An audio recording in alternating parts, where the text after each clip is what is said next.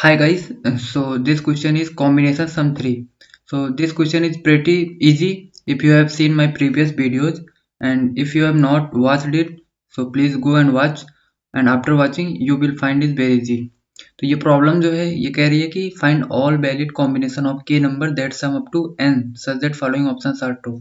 तो सिंपल सी बात है, सबसे पहले मैं क्वेश्चन समझा देता हूँ।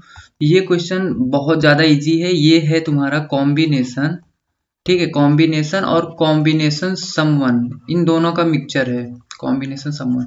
मिक्सचर कैसे है, तो कुछ चीज़ें मैं चेंज कर रहा हूँ। सबसे पहले यहाँ पे ध्यान देना है कि सिर्फ 1 से लेकर 9 तक के नंबर्स को यूज कर सकते हो और हर नंबर को सिर्फ एक बार यूज कर सकते हो। ऐसा तुमने कौन सी प्रॉब्लम में देखा था? तो अगर याद हो तो तुमने देखा था तो कॉम्बिनेशन सम टू का भी थोड़ा सा टेस्ट है यहाँ पे। तो तुमने यहाँ पे देखा था कि हर नंबर को सिर्फ एक बार यूज करना है, ठीक है। तो यहाँ से कौन सी प्रॉपर्टी पिक करनी है तुमको? एक बार नंबर यूज करने के लिए तुम्हें i+1 वाली प्रॉपर्टी पिक करनी है, ठीक है। अगेन ध्यान दो, तुम्हें दूसरा चीज ये ध्यान देना है कि सिर्फ 1 से लेकर 9 तक का नंबर यूज कर सकते हो। यार देखो, हर एक प्रॉब्लम में तुम्हें एक सेट दिया है, जैसे यहाँ पे कैंडिडेट एरे, यहाँ पे तुम्हें भी कैंडिडेट एरे, यहाँ पे तुम्हें n=4। तो ये वाला केस ले सकते हो तुम कि तुम्हें वहां पे 1 से लेकर 9 तक यूज करना था, यहाँ से तुम्हें 1 से लेकर 4 तक। और बात करें इस क्वेश्चन में, तो यहाँ पे एक एरे दिया हुआ है जिसमें रैंडम एलिमेंट्स हैं। तो इस क्वेश्चन में इसका मतलब जो मेरे पास एरे गिवन है 1 2 अप टू 9 गिवन है, ठीक है। ये मेरा कैंडिडेट एरे है इस क्वेश्चन के अकॉर्डिंग।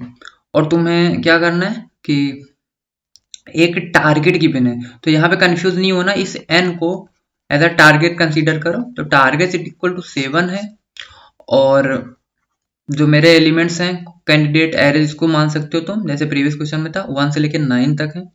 तो तुम डायरेक्टली i=1 से स्टार्ट कर सकते हो और डायरेक्टली i को पुश या सम में ऐड कर सकते हो। क्यों ऐड करोगे? क्योंकि तुम्हें टारगेट अचीव करना है। तो 1 से लेकर 9 तक के एलिमेंट्स को तुम कौन कौन से ऐसे कॉम्बिनेशन बनेंगे जिनको ऐड करने के बाद तुम टारगेट 7 जनरेट कर सकते हो।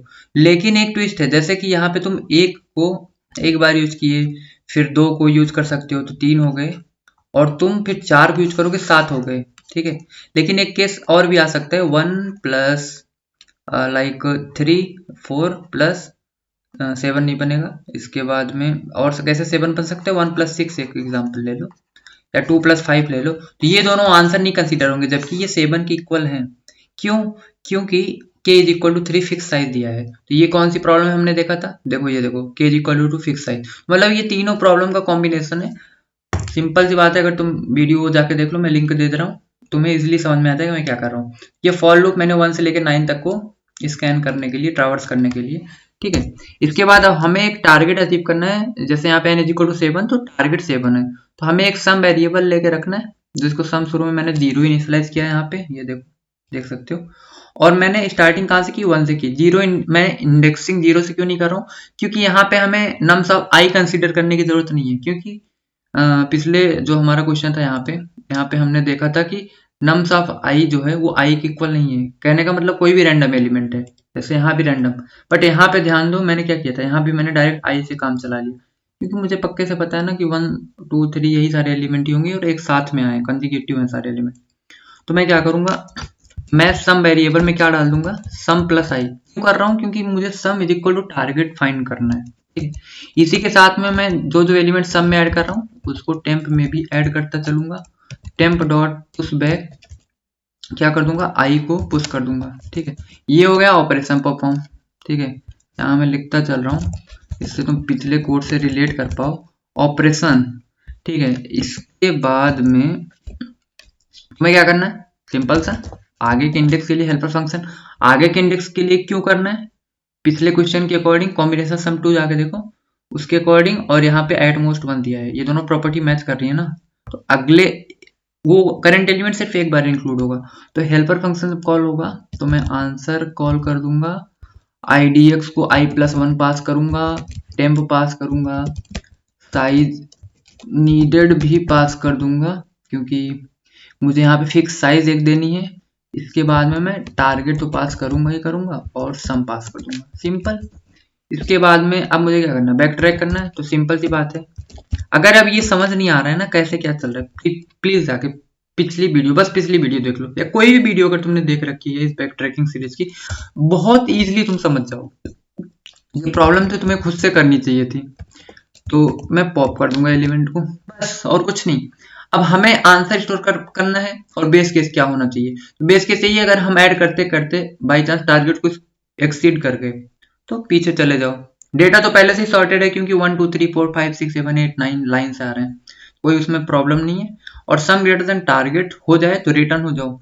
अदरवाइज कब तुम्हें आंसर स्टोर करना है, तो जब तुम्हारा sum is equal to target, लेकिन कब, जब वो फिक्स साइज के इक्वल हो, टेम्प का जो तुम्हारा साइज हो। जैसे यहाँ पे 1 2 4 आंसर है बट 1 और 6 आंसर नहीं है, क्योंकि 1 और 6 की साइज 2 है, जबकि यहाँ पे उसने 3 साइज का मांगा है। तो सिंपल सी बात थी, वही मैंने सिंपल लिख दिया जो उसने बोला था। और मैंने आंसर, अरे ये क्या हुआ, ठीक है, आंसर डॉट पुश बैक क्या कर दिया। अभी करेंटली मेरा सम अगर टारगेट इक्वल हो गया तो जो भी एलिमेंट्स हैं टेम्परेरी वेक्टर के अंदर उसे डाल दो और रिटर्न हो जाओ। रिटर्न अब जब होगा तब ये कोड एग्जीक्यूट होगा। तो ये कोड क्या करेगा, जैसे यहाँ पे 1 2 4 उसने इंक्लूड कर लिया था, तो अब यहाँ पे आऊंगा तो 1 + 2 + 4 7 रहा होगा और 1 2 4 टेम्परेरी वेक्टर में। तो इस केस पे क्या हो जाएगा, यहाँ पे हो जाएगा बैक ट्रैक। तो बैक ट्रैक मतलब 4 को बाहर निकाल देगा वो। 1 2 4 अगर तुमने प्लस किया था तो अभी 4 माइनस हो गया होगा, तो अब 1 + 2 बचा सिर्फ। ये बैक ट्रैक की कंडीशन हो गई। और 1 2 4 तुमने डाल रखा था टेम्परेरी वेक्टर के अंदर, तो अभी पॉप कर दिया तो 1 2 बचा। अब अगला आंसर एक्सप्लोर करना है ना। बस इतना सिंपल सा कोड था तुम्हारा। आई होप ये कोड चल जाना चाहिए। जी हाँ, कोड बिल्कुल सही है। सबमिट करके भी देख लेते हैं। अब ये कोड्स अगर तुम्हें बिल्कुल ही नहीं समझ में आ रहा है तो यार प्रीवियस वीडियो देख लो ना, क्योंकि ये पूरी सीरीज ही वैसे देखो तुम्हारे सामने कोड किया। अब अगर तुम्हें विश्वास नहीं हो रहा, देखो ये कोड स्ट्रक्चर देखो, देखो डिट्टो सेम है कि नहीं है। ये वाला देख लो, देखो मैंने क्या किया, मैंने वही ना सम में से कैंडिडेट ऑफ आई माइनस किया, क्योंकि यहाँ पे एक रैंडम एलिमेंट हो सकता है, तो इसलिए मैंने एरे ऑफ आई, जो कि तुम एरे बोलते हो, उसके इंडेक्स को माइनस किया और टेम्परेरी वेक्टर में से पॉप किया। और हेल्पर फंक्शन कॉल किया किसके लिए, i+1 के लिए। i+1 क्यों किया, क्योंकि तुम्हें एक बार यूज करने को बोला है करंट एलिमेंट, तो तुम यूज करने के बाद अगले एलिमेंट के लिए कॉल करोगे। और इस तरह टेम्परेरी में पुश कर दिया कैंडिडेट ऑफ आई, सम को तुमने क्या किया है, ऐड किया कैंडिडेट ऑफ आई में, जिससे तुम्हें टारगेट अचीव हो। ये केस अभी छोड़ दो, क्योंकि ये वाला केस जो है ये डुप्लीकेसी अवॉइड करने के लिए है कि डुप्लीकेट आंसर तुम्हें ना जनरेट हो। बट इस वाले केस में डुप्लीकेट आंसर जनरेट नहीं होगा, क्योंकि एलिमेंट पहले से यूनिक है। 1 2 3 4 5 6 7 8 9 ये सारे डिस्टिंक्ट एलिमेंट है, जबकि यहाँ पे ये देखो 1 2 बार भी यूज हुआ है। ये छोटी छोटी चीजें तुम्हें ध्यान रखनी थी और तुम इजिली उस कोड को इजिली कर दोगे। और आंसर देखो मैंने स्टोर कर लिया और रिटर्न कर दिया। सेम ऐसे यहाँ पे भी थोड़ा थोड़ा मिक्सअप है। तो आई होप आप लोग को ये पूरी सीरीज इंटरेस्टिंग लग रही होगी और आप लोगों से क्वेश्चन होने लगे होंगे बैक ट्रैकिंग के। चलिए फिर मिलते हैं अपने अगली वीडियो में। Thank you.